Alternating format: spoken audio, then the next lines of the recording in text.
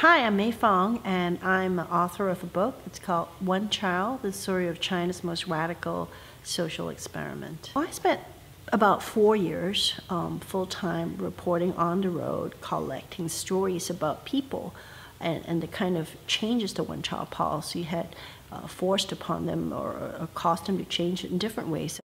4 years ago now, when I sold the rights to my book in English, my agent told me I actually had an offer for Chinese rights from a major, reputable Chinese publisher in mainland China. But one of the things the publisher wanted to do was to have the right to alter any sensitive content.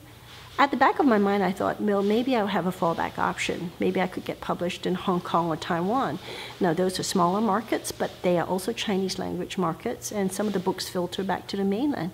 So I thought I might have that option. But in 2015, a group of Hong Kong booksellers were abducted. This incident sent such a chill through the Hong Kong publishing industry that very few so-called sensitive books about China have been published in the years since. People are simply too afraid. As a result of that, I had to go it myself. I basically published a free downloadable version of my book that I just didn't see any other way around it if I wanted people to read my book, if I wanted the people most affected by the topic of my book to read my book.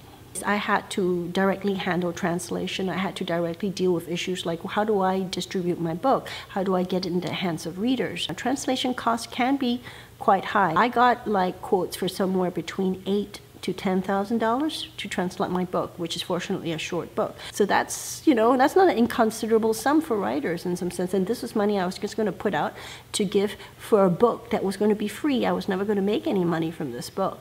So that was something to think about.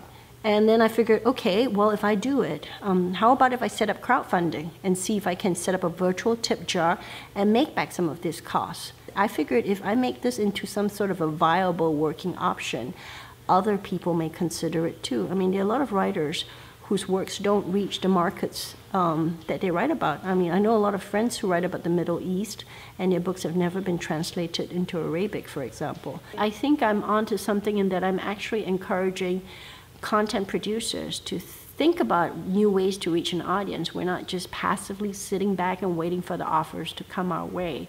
We're actually going out there, and we're actually going to find these audiences. We're going to make our stories available in a way that it wouldn't be otherwise. But to do that, we need your help. There are many ways you can do this. One is, of course, by direct donation. If you come to my GoFundMe site or go to my website and see the alternative ways in which you can chip in a little bit of money.